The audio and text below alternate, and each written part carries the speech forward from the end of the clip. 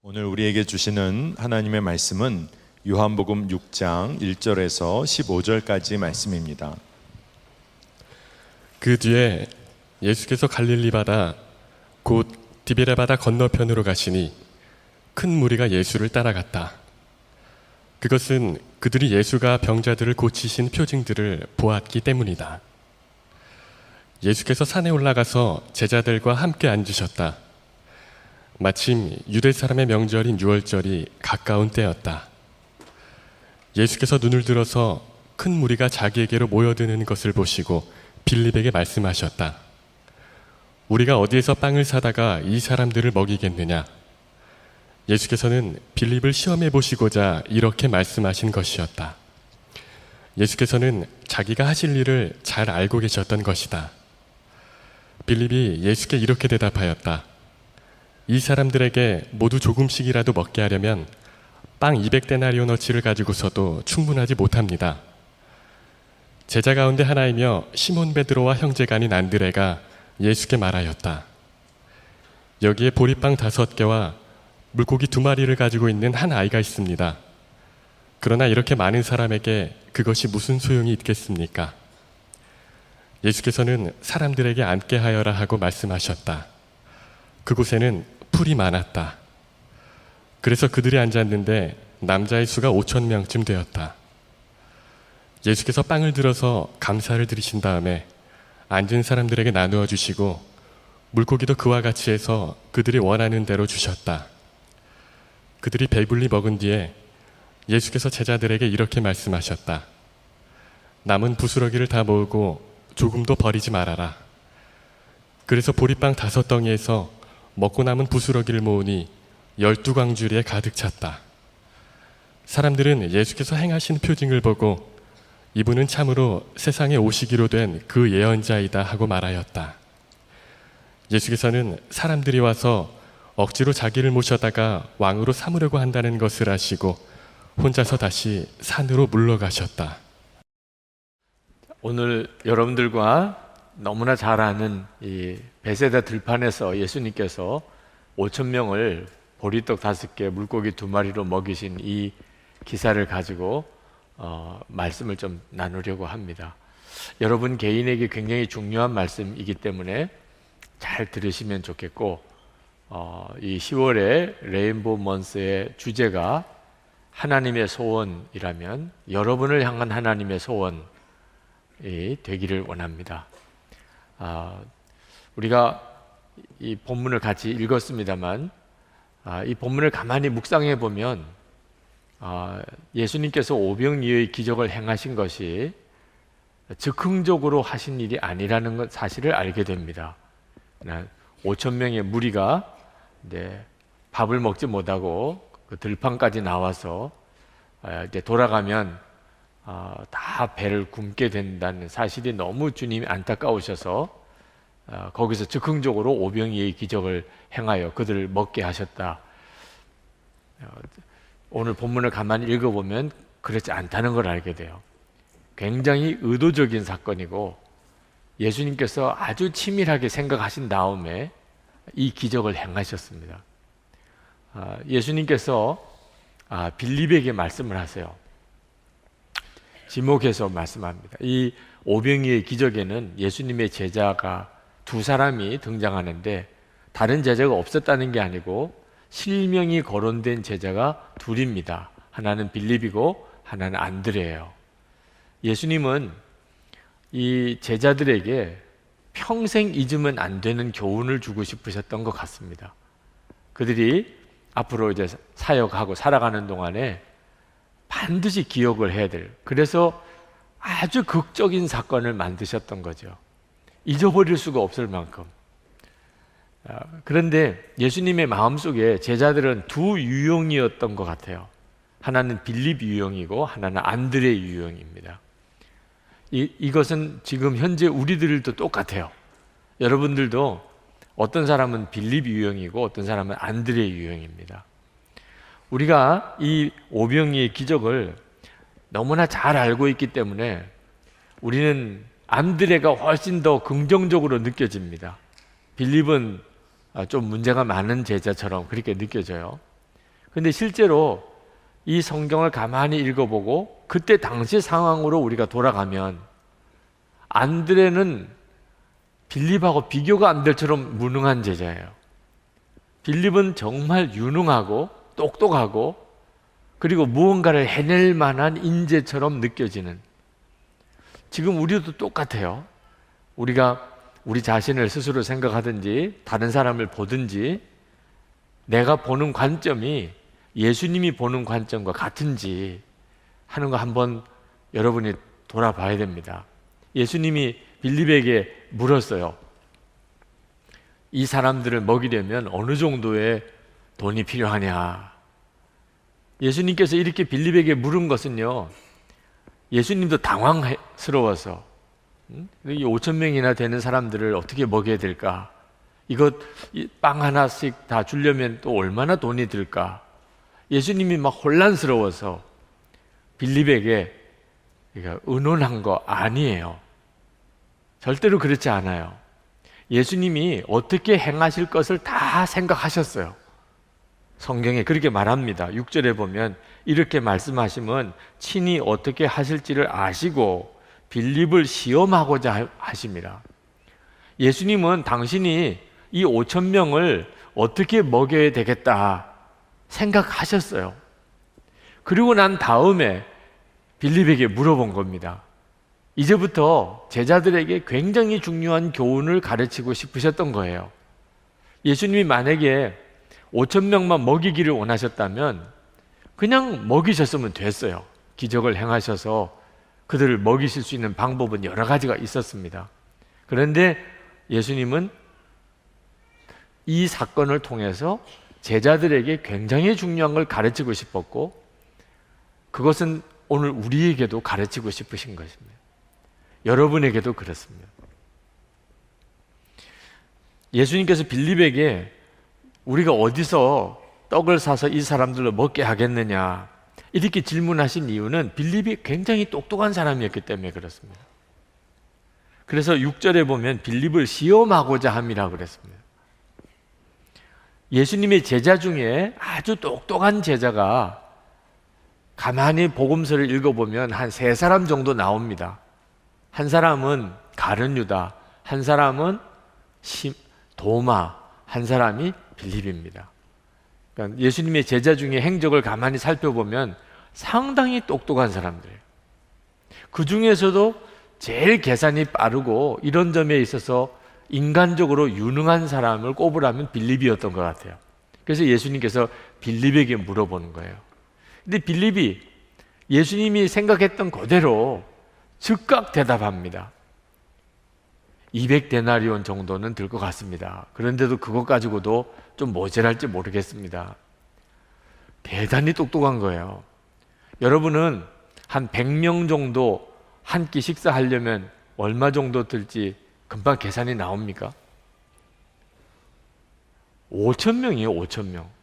5,000명을 먹여야 되는데 이거 어느 정도 돈이 들까? 빌립이 한 200데나리온 들 것 같습니다. 이렇게 이야기했을 때 다른 제자들은 다 존경하는 마음으로 빌립을 봤을 거예요. 아마 어떤 사람은 머리를 만졌을지도 몰라요. 어디서 이런 계산이 나오나. 똑똑했었어요. 그런 계산이 금방 튀어나올 수 있는 사람이 빌립이었어요. 그런데 또 한 사람이 등장하는데 안드레입니다. 이 안드레는 보리떡 5개와 물고기 2마리를 가지고 왔어요. 한 소년이 자기 먹으려고 도시락 싸온 겁니다. 이 먹여야 할 사람은 5,000명인데 보리떡 5개, 물고기 2마리를 가지고 나온 거 보면 안드레는 분명히 똑똑하지 않은 사람이에요. 똑똑한 사람이면 그렇게 할 리가 없습니다. 빌립 같아서는 그런 도시락 10개가 있어도 안 가지고 와요. 5,000명 앞에서 무슨 소용이 있어 이거예요. 빌립 유형인 사람은 계산해보고 계산이 안 되면 하지도 않습니다. 그 헛고생 왜 합니까? 근데 안드레는 그 5,000명 먹이는 문제를 가지고 주님이 이제 묻고 계신데 그 오병이어를 가지고 오는 거예요. 그러니까 빌립하고 비교하면 인간적으로 훨씬 생각이 모자란 사람이에요. 네. 좀 무능한 사람이죠. 아주 좋게 설명하면 순진한 사람, 정확하게 이야기하면 좀 덜 떨어진 사람, 계산이 잘 안 되는 사람, 그런 유형이 안드레예요. 그런데 예수님께서 이 빌립과 안드레 두 사람의 제자의 유형을 가지고 그들에게 교훈하시는 겁니다. 그리고 우리에게도 교훈하고 계세요. 왜냐하면 이건 우리들에게도 굉장히 심각한 문제니까. 자기를 보는 관점, 다른 사람을 보는 관점, 굉장히 심각한 문제예요. 우리 주님은 제자들이 아주 잘못된 관점을 가지고 있다는 것을 아셨어요. 예수님의 의도가 뭐냐면 빌립처럼 계산이 빠르고 인간적으로 유능한 사람은 하나님이 쓰시기 어렵다는 겁니다. 주님이 무슨 일을 하실 때 빌립과 같은 유형의 사람은 쓰임 받기 어렵다는 거죠. 그게 우리 주님이 제자들에게 가르치시려는 거예요. 인간적으로는 자질이 뛰어나요. 똑똑하니까, 계산도 빠르니까. 근데 이런 사람들에게서 우리는 자주 실망을 느낍니다. 우리도 교회에서 이제 일꾼을 세울 때 우리 나름대로 사람 보는 눈이 있지요. 그렇죠? 젊은이 교회도 여러 일꾼들이 같이 사역을 나누어 맡아야 하잖아요. 그럴 때 우리도 사람을 뽑는 기준이 있는 거예요. 그럴 때 이왕이면 똑똑한 사람, 그죠? 유능한 사람, 생각이 빨리 돌아가는 사람, 말도 조리 있게 잘하는 사람, 이런 사람을 뽑고자 하는 우리 나름대로의 어떤 판단이 있습니다. 근데 항상 지나고 나면 실망스러워요. 처음에는 상당한 기대를 가졌는데 잘해줄 거라고. 그런데 지나고 나면 도대체 이 사람이 이 정도밖에 안 돼? 교회 안에도 하나님이 역사하시는 어떤 일을 전혀 감당을 못하는 이런 일을 보면서 실망하게 됩니다. 주님이 그를 통해서 역사를 못 하시니까 그래요. 이유는 하나입니다. 자기 생각이 굉장히 강하기 때문이에요. 이거 얼마 들지? 이거 어떻게 해야 되겠지? 이런 생각이 빨리 오는 사람, 이런 사람이 똑똑한 사람인데 이런 사람이 주님의 마음을 품지를 못해요. 자기 계산이 너무 빠르니까, 자기가 보기에 너무 된다 안 된다 결론이 빨리 나니까 주님이 뭘 하기를 원하시는지에 대한 생각은 좀처럼 마음에 품어지지 않는 거죠. 그러니까 빌립은 이 5천 명을 먹이려면 얼마나 돈 드느냐 이런 질문을 받았을 때 예수님은 뭘 하기를 원하시는지 전혀 생각 안 합니다. 그냥 5천 명이 조금이라도 떡을 먹으려면 얼마나 돈이 들까 그 생각밖에 안 해요. 그래서 이게 한 200데나리온 듭니다. 그것도 모자랄 것 같습니다. 그렇게 하고는 말아요. 근데 안드레 같은 유형의 사람은 솔직히 인간적으로는 조금 모자랍니다. 신뢰가 그런 점에서 좀 안 가기도 해요. 그런데 똑똑하지 못한 사람에게, 똑똑한 사람에게 없는 자질이 이런 사람에게 있어요. 계산을 못한다는 거예요. 상황 파악이 안 된다는 거예요. 이건 굉장한 약점입니다. 그러면서도 동시에 굉장한 장점이에요. 안드레는 똑똑하지는 않았지만 한 가지는 분명하게 가지고 있었는데 예수님이 이 5천 명을 먹이려고 하시는구나. 예수님의 말씀이나 예수님의 얼굴 표정을 보니까 예수님의 마음에 이 5천 명을 먹이고 싶어 하시는 것을 안드레는 느꼈어요. 빌립은 그 감각이 없었어요.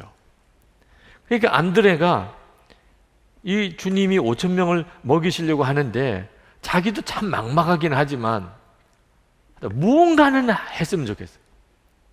그래서 보니까는 어린 아이가 도시락 하나를 가져온 게 있어요. 거기 안에 보니까 보리떡 5개와 물고기 2마리가 들어있어요.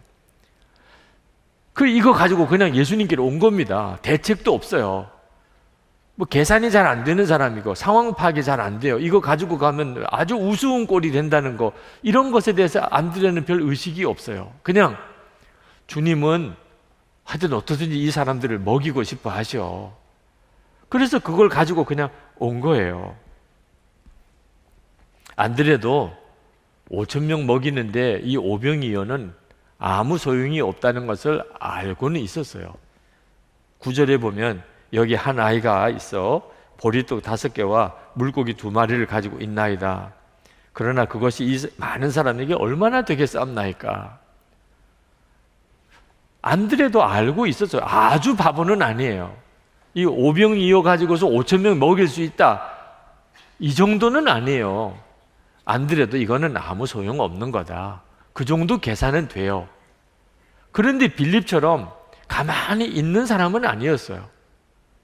하여튼 어떻든지 주님께 뭐 하나도 있으면 나 일단 가져와서 보는 거예요. 주님, 이거밖에 없는데 이거 가지고는 못 먹일 것 같이 이렇게 여겨지긴 하지만 하여튼 제가 찾은 건 이것밖에 없습니다. 이렇게 가지고 나옵니다. 안드레에게는 주님의 마음을 품는 감각과 어떻든지 주님께 자기가 할 수 있는 최선을 다하고 그리고 주님을 바라보는 그런 자질이 있었던 거예요. 그는 자기 자신이 계산이 빠르지 못하다는 거 또는 좀 무능하다는 거, 그런 것에 대한 어떤 눌림도 없었어요. 그 정도쯤 눈치도 있으면 똑똑한 거죠, 그죠? 근데 안드레는 그 정도의 눈치도 없었어요. 그러니까 좀 황당한 상황이 벌어진 거죠. 5,000명을 먹여야 되는데 보리떡 5개, 물고기 2마리 가지고 나오는 이런 상황이 벌어진 겁니다. 이게 바로 약간 모자란 듯한 사람이 가지고 있는 특징이고 장점이에요. 제가 목회하면서 여러 많은 교인들을 또 청년들을 이렇게 경험해 보았는데 결국 교회를 되게 하고 하나님의 일을 하게 만드는 일은 이런 유형의 사람이에요. 안드레 유형의 사람, 빌립 유형의 사람한테는 항상 실망해요. 예수님께서 그걸 제자들에게 교훈하고 싶으셨던 거예요. 이제 예수님이 부활 승천하시고 난 다음에 전 세계의 제자들을 보내게 됩니다. 그래서 복음을 전하게 하죠. 근데 이 제자들이 전 세계에 나가서 복음을 전할 때 꼭 이 오병이어 때 있었던 상황과 같은 일을 만나게 됩니다. 먹이기는 5,000명을 먹여야 되는데 가진 거는 보리떡 5개, 물고기 2마리밖에 없는 이런 상황을 만나게 된단 말이에요. 그럴 때 어떻게 해야 되느냐? 인간적으로 연약한 거, 상황이 어려운 거, 그건 아무 문제가 안 된다. 빌립 유형인 사람은 그건 굉장히 심각한 문제예요. 계산이 안 되는 거, 그다음 상황이 어려운 거. 그러면 빌립 유형인 사람은 계산은 빠르지만 좌절도 빨라요. 안 돼, 못 해. 안드레 유형인 사람은 계산도 안 돼요. 상황이 너무 어려워요. 파악이 안 돼요. 이게 안 되는 상황인지에 대한 결론이 너무 늦어. 그래서 하여튼 그러면 자기가 할 수 있는 것까지 계속 해요. 주님이 그걸 원하신다는 걸 알았다면 그는 어떻든지 하여튼 자기가 할 수 있는 것까지는 계속 밀고 나가요. 그리고 지나놓고 보면 안드레 유형인 사람이 결국은 문제를 돌파해내요. 빌립 유형인 사람은 그만둬 버렸어요. 못하는 일이요, 안 되는 일이니까. 여러분, 하나님이 쓰신 사람들을 가만히 관찰해 보면 하나님이 그 사람에게 어떤 계획을 가지고 계셨는지를 딱 보여주시는 순간, 나는 너에게 이런 계획을 가지고 있어, 이렇게 보여주시는 순간 한결같이 깜짝 놀랍니다. 너무 커. 하나님이 나를 향하여 가지고 계신 계획이 너무 커요. 마치 오병이어의 기적 때 예수님께서 빌립에게 이 5,000명을 먹이려면 도대체 얼마나 필요하냐. 제자들은 그 말을 들었을 때 거의 혼란스러운 상태. 이게 지금 무슨 상황이야? 아니 이게 말도 안 되는 상황이잖아. 무슨 계산할 게 뭐가 있어? 돈이 있다고 뭐 떡이 어디서 사올 수 있는 것도 아니고. 꼭 우리가 나를 향한 하나님의 소원, 하나님의 비전을 발견할 때 다 그런 경험을 하게 돼요. 모세가 나이 80이 되었을 때 늘 양떼를 몰고 다니면서 다니던 그 길에 가시떨기 나무가 저 멀리 있는데 불이 붙었어요. 이상한 불이에요. 불은 계속 붙는데 나무가 타지를 않는 겁니다. 그래서 모세가 그 불타는 나무로 다가가다가 하나님을 만납니다. 하나님의 음성을 들어요. 그리고 하나님께서 그 모세에게 너 이집트에 노예 생활하고 있는 이스라엘 백성들을 다 구출해내라. 모세는요, 기절하는 줄 알았어요. 아니 도대체 내가 뭘 어떻게 할 수 있다고. 여러분에게 갑자기 하나님이 꿈속에 나타나서 중국의 시진핑에게 가서 조선족들을 다 만주로 모아서 거기에 나라를 하나 만들어라. 너가 그 일을 진행하거라. 여러분 같으면 사탄아 물러가라 이랬을지도 몰라요. 이게 뭐 말이 뭐가 좀 가능성이라도 좀 있어야 뭐 점수를 좀 더 많이 내라, 뭐 회사에서 일하는 실적을 조금 더 높게 하라, 이런 정도쯤이어도 쉬운 일이 아닌데 거의 모세는요 기절하는 수준인 줄 알았다니까. 여러분, 기드온이 하나님을 만났을 때도 마찬가지였어요. 미디안의 압제를 받고 있었습니다. 그 미디안 군사들이 추수할 때 그걸 보면 다 뺏어가니까 타작 틀 속에 숨어서 추수를 하고 있었을 때, 그때 하나님이 이 기드온에게 미디안으로부터 이스라엘의 백성을 구원해내라. 기드온은 기절하는 줄 알았어요. 자기가 그렇게 할 수 있는 사람도 아니고 그렇게 하고 싶지도 않고 그렇게 나갔다가는 자기는 죽는 수밖에 없어요. 모세나 기드온뿐만 아니고 다윗도 그랬고, 하나님의 사람들이 하나님으로부터 하나님이 나를 어떻게 쓰실 것인지에 대해서 깨닫는 순간에 다 기절초풍하는 그런 경험을 합니다. 저는 여러분들에게도 예언해요. 여러분이 이제 주님을 만나고 주님으로부터 여러분의 소명을 들을 때, 하나님의 소원, 여러분을 향한 하나님의 소원, 여러분을 향한 하나님의 비전을 여러분이 알게 될 때, 여러분 다 모세나 기드온처럼 기절초풍하게, 빌립이 예수님의 말씀을 들었을 때 너무 황당했던 그런 느낌, 여러분도 다 그렇게 경험하게 됩니다. 여러분이 여러분을 자신을 향하여 가지고 있는 비전이나 계획하고 하나님이 여러분을 향하여 가지고 있는 비전이나 계획은 완전히 하늘과 땅 차이예요. 이제 여러분이 하나님으로부터 이제 여러분을 향한 하나님의 계획, 사형리의 중요한 복음 메시지, 당신을 향한 하나님의 사랑, 하나님의 계획, 크고 놀랍다고 하는 사실을 여러분이 진짜 이제 인격적으로 주님을 만나고 알게 되는 순간에 여러분은 다 한결같이, 아니 이게 진짜 사실인가? 오 마이 갓, 이게 정말 진짜 하나님의 음성인가? 다 그렇게 될 거예요. 주님으로부터 아직도 그 말씀을 듣지 못했기 때문에 지금 이런 표정으로 있는 거예요. 주님의 말씀을 여러분이 들은 순간에 여러분은 정말 거의 혼란 상태에 빠져요.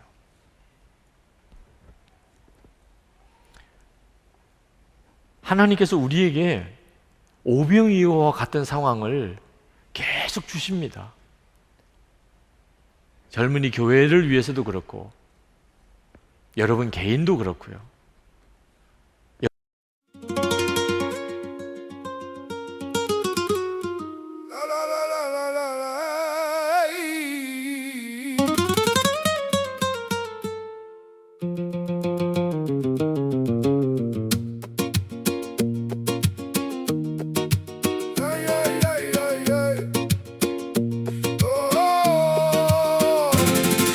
J'ai la pomme brûlée mais je tiens encore. Le cœur en poussière, les yeux vers le nord.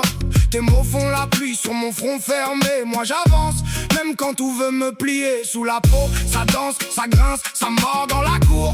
Mon nom résonne plus fort. J'ai gardé le feu dans un vieux tissu. Et chaque cicatrice dit ce que j'ai su. Dis-moi si tu viens ou si tu fuis encore. Je marche dans le vent sans baisser le... 여러분의 앞길에 제자들만 그런 게 아니고 여러분의 이제부터 주님과 동행하는 길에는 5천 명의 무리를 이 보리떡 5개, 물고기 2마리로 먹여야 되는 것 같은 이런 상황을 계속 만나요. 그러므로 여러분이 주님을 만나서 주님의 비전을 여러분이 듣는다는 것 결코 유쾌한 일만은 아닙니다. 아주 당황스러워요. 믿어지지 않아요. 누구한테 이야기하면 사람들이 다 여러분들을 이상하다고 말할 이런 상황이에요. 그러나 여러분 그와 같은 상황이 올 때 이 말씀을 기억해야 돼요. 오병이어의 이 기사는 괜히 주신 게 아니에요. 여러분이 이와 같은 일을 만나게 될 거니까 여러분이 빌립 유형이 아니고 안드레 유형이 되어야 한다는 사실을 말씀하려고 이 말씀을 주신 거예요. 하나님께서 여러분에게 그런 엄청난 비전을 주실 때 여러분이 한 가지 명심해야 돼요. 이 일은 여러분 보고 하라는 게 아니에요. 오병이의 기적을 누가 하셨나요? 예수님이 하셨어요. 예수님은 당신이 어떻게 하실 것을 다 알고 계셨다고 그랬어요. 그러면서 여러분에게 엄청난 사명을 말씀하실 때 기억해야 돼요. 이건 주님이 직접 하시겠다는 거예요. 주님이. 하나님이 하시는데 무슨 큰일이 뭐 있겠어요? 단 여러분을 통해서 하시겠다는 거예요. 여러분을 통해서. 빌립과 같은 사람은 듣고 포기해버려요. 나는 못하니까 그냥 계산만 하고 끝내버려요. 우리 주님이 원하신 건 안드레처럼 나는 아무것도 할 수 없지만 주님이 그걸 하겠다고 하시니 자기가 할 수 있는 데까지 가고 그 다음엔 주님을 바라보는 거예요. 역사는 주님이 하시는 겁니다. 하나님이 모세에게 이스라엘 백성을 해방하라, 기드온에게 미디안에서 이스라엘을 구원하라 말씀하셨을 때 똑같아요. 하나님이 하시겠다는 거, 그 일은. 출애굽기 3장 12절에 하나님이 모세에게 이렇게 말씀합니다. 하나님이 이르시되 내가 반드시 너와 함께 있으리라. 내가 그 백성을 애굽에서 인도하여 낸 후에 너희가 이 산에서 하나님을 섬기리니 이것이 내가 너를 보낸 증거니라. 하나님이 직접 하시겠다는 거예요. 모세에게 명령하셨지만 사사기 6장 16절 기드온에게 여호와께서 기드온에게 이르시되 내가 반드시 너와 함께 하리니 내가 미디안 사람 치기를 한 사람을 치듯 하리라 하시니라. 여러분이 정말 붙잡아야 될 것은 나는 죽고 예수로 사는 이 십자가 복음이라니까요. 하나님이 여러분에게 복음을 괜히 주신 게 아니라니까요. 복음이 뭐예요? 나는 예수님과 함께 죽었고 예수님 부활하신 주님과 함께 사는 게 복음이에요. 하나님께서 우리에게 오병이어와 같은 상황이 주어질 때도 똑같아요. 우리는 필요한 게 딱 하나예요. 계산도 아니고 능력도 아닙니다. 나는 주님과 함께 죽었고 예수님이 나를 통해 사신다. 그 사실 하나 분명히 믿는 거예요. 여러분이 청년 때 할 일도 많겠죠. 공부도 해야 되고 직장 생활도 해야 되고. 그러나 여러분 그 모든 상황을 통해서 여러분이 하나 훈련받아야 될 것이 복음으로 사는 사람이에요. 나는 죽고 예수로 사는 복음으로 사는 사람. 그러면 하나님께서 여러분을 쓰세요. 여러분 스스로가 놀랄 정도예요. 나는 원래 이런 사람이 아니었는데, 누구나 다 그렇게 고백하고 나 원래 이런 사람 아니었는데 하나님이 나를 이렇게 쓰시니 말이에요.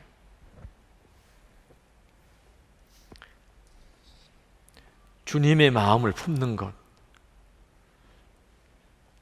이 10월 레인보우 만스 할 때도 여러분이 꼭 중요하게 보아야 될 관점은 주님의 마음을 품는 거예요.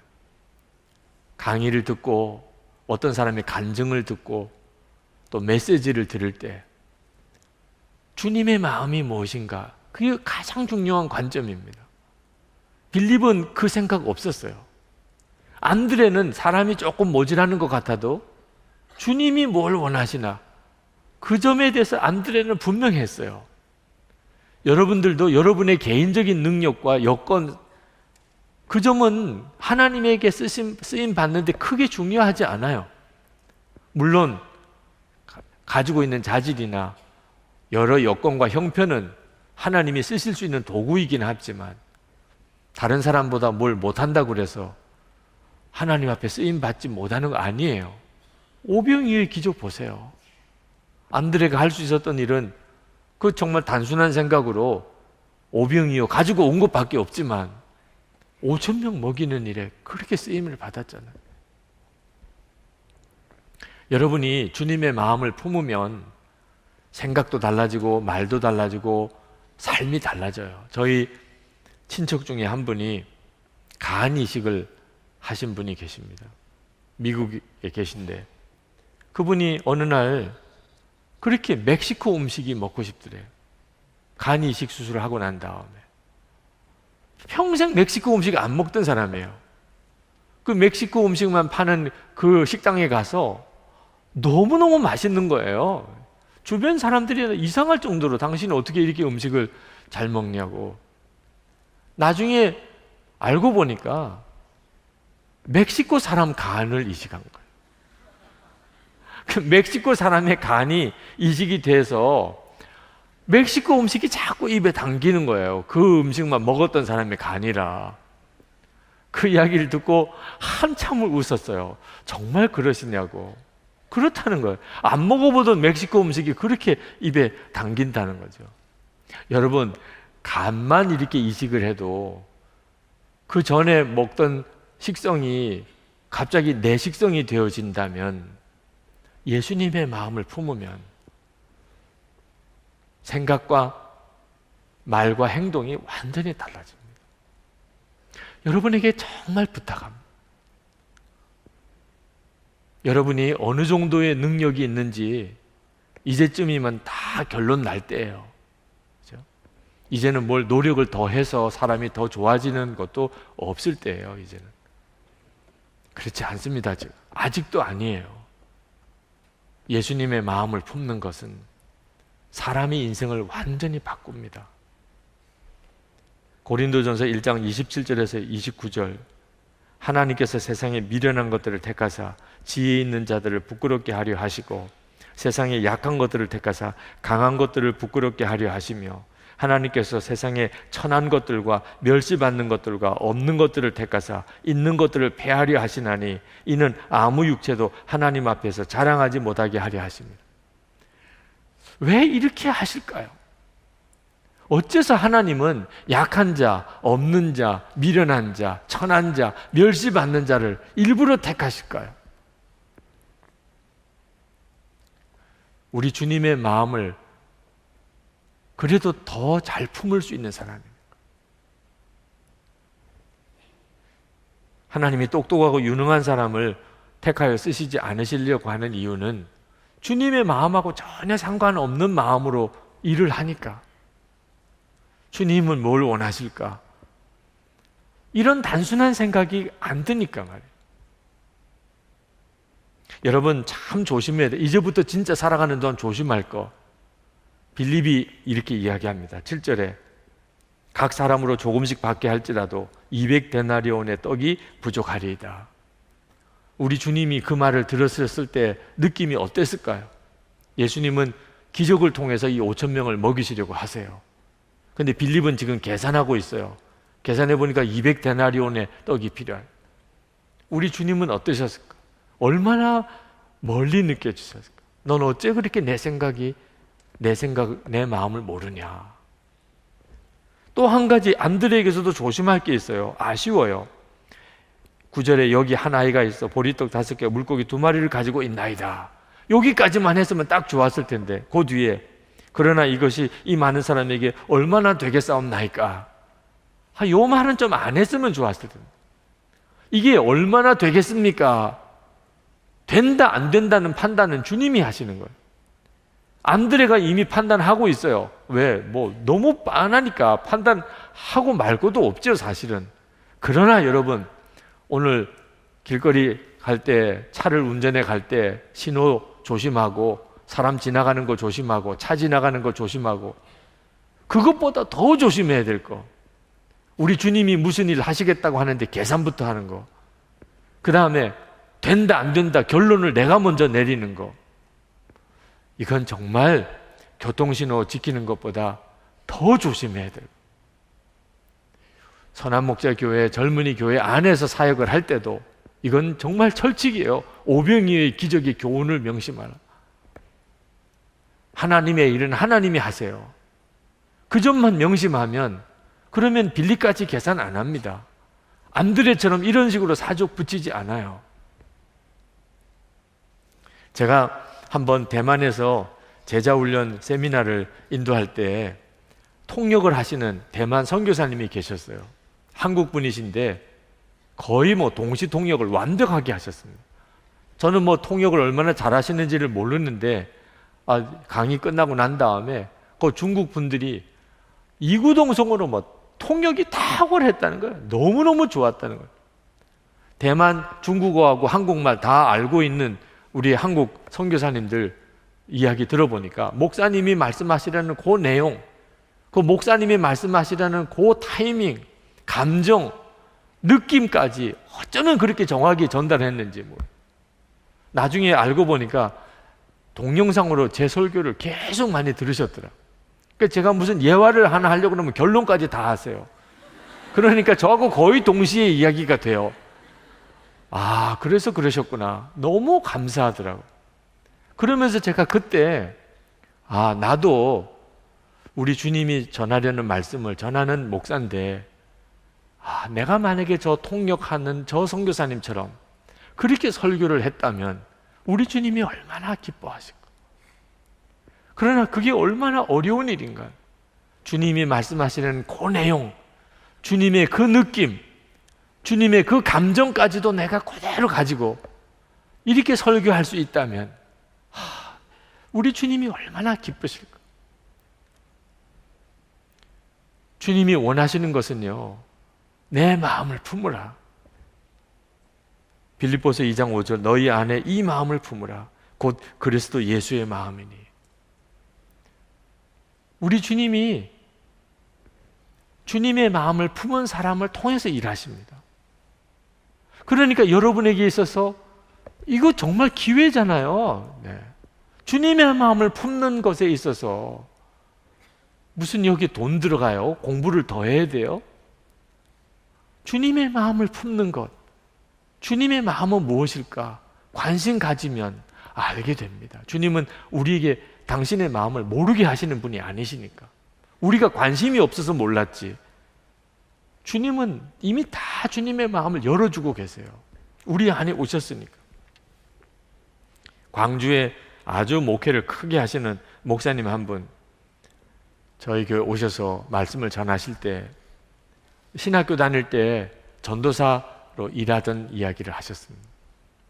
한 50명 정도 교인인 교회 전도사로 중고등부를 맡아서 섬겼는데, 그 담임 목사님이 그렇게 설교를 잘하시거나 유능하신 목사님은 아니셨어요. 그러니까 이 전도사님이 설교도 잘하고 아직도 신학생이지만, 그리고 복음에 열정이 있고 애들을 잘 돌보고 하니까 금방 교회 학교가 부흥이 돼요. 그리고 어른 예배 때 설교를 하는데 담임 목사님 설교보다도 이 전도사님 설교에 교인들이 더 은혜를 받는 거예요. 그래서 전도사님에게 항상 사람들이 모이고 전도사님 하니까 담임 목사님이 어느 날 부르시더래. 나가라는 거예요. 너무 화가 나더래. 이유도 없이 그냥 나가라는 거야. 뻔하지 말씀 안 해도 전도사가 너무 설교도 잘하고 유능하니까 담임 목사님이 위기감을 느끼고, 그리고 나가라고. 그때 그 전도사님이 이러니까 목회를 못하지. 담임 목사가 돼가지고 전도사한테나 경쟁심을 느끼고 시기하고 이런 참 무능한 목사니까 교회가 안 되지. 그런 생각을 했었대요. 내가 나가서 개척하면 이 교인들 다 우리 교회로 올 텐데 뭐 이런 생각도 하고. 그런데 그 교회 장로님, 한 분 장로님이 계신데 앞을 못 보시는 분이에요. 그때 그 장로님이 찾아오셨어요. 전도사님, 드릴 말씀이 있습니다. 뭡니까? 전도사님이 우리 교회 오시기 전에 우리 교회는 부족했지만 아주 평화로웠습니다. 그런데 전도사님이 오신 후에 그 평화가 깨졌습니다. 무능한 담임 목사 한 사람도 섬기지 못하고 행복하게 하시지 못하는 분이 어떻게 불신자들을 전도하여 행복한 삶으로 인도하는 좋은 목회자가 되실 수 있겠습니까? 전도사님 차라리 변호사나 하시지요. 전도사님은 똑똑하기는 하시지만 예수님의 마음은 없으십니다. 엄청 충격받았어요. 전도사님은 똑똑하기는 하시지만 예수님의 마음은 없으십니다. 그리고 그 담임 목사님 찾아가서 무릎 꿇고 용서를 구하. 그리고 그 교회를 떠났어요. 그리고 그 교회에 있는 지역하고 멀리 떨어진 곳에 가서 교회를 다시 개척 시작했어요. 여러분, 우리는 어떻게 하면 더 똑똑해질까? 어떻게 하면 더 유능해질까를 생각합니다. 말씀을 가만히 읽어보면 어떻게 하면 주님의 마음을 품을까가 열쇠예요. 제가 안식년 중에 이스라엘에서 여러 군데를 단체 성지순례 팀이 아닌 그런 기회에 둘러보았어요. 한 번은 갈릴리 호수 옆에 있는 팔복교회를 갔습니다. 그 팔복교회는 갈릴리 호수 옆에 있는 그 언덕 위에 지어져 있습니다. 그 팔복교회를 이렇게 둘러보고 안내하시던 목사님이 차를 타고 이렇게 내려오질 않고 그 팔복교회 옆에 난 길을 따라서 산 위에서부터 갈릴리 호수 쪽으로 이렇게 쭉 난 길을 따라 내려가자는 거예요. 그러시면서 그 길을 따라 내려오면서 여기가 예수님 당시 때 예수님이 걸으셨던 길이었을 거라고 생각합니다. 그때부터 있었던 길이니까. 그런가요? 예수님이 걸으셨던 길이라니까 느낌이 확 다르더라. 그래서 팔복교회를 거기 옆길로 나와서 그 언덕 위를 쭉 이렇게 걸어 내려오는데 그 언덕에서 내려다 보이는 갈릴리 호수가 너무 아름다워요. 이야, 이렇게 아름답구나. 예수님이 이 호수를 보셨다고 생각하니까 더 가슴이 떨리더라. 예수님도 이렇게 언덕길을 내려오면서 이 호수를 보셨겠구나. 그런데 그때 갑자기 마음속에 내 생각과 내 생각은 다르다. 그런 주님의 마음이 들어요. 무슨 생각인가? 주님은 왜 이런 마음을 주시나? 주님이 보신 경치가 이 경치가 아니었다는 뜻인가? 분명히 주님이 이 길을 내려오시면 보셨을 텐데. 그런 생각을 하고 이제 그 언덕을 쭉 내려오다 보니까 굴이 하나 있어요.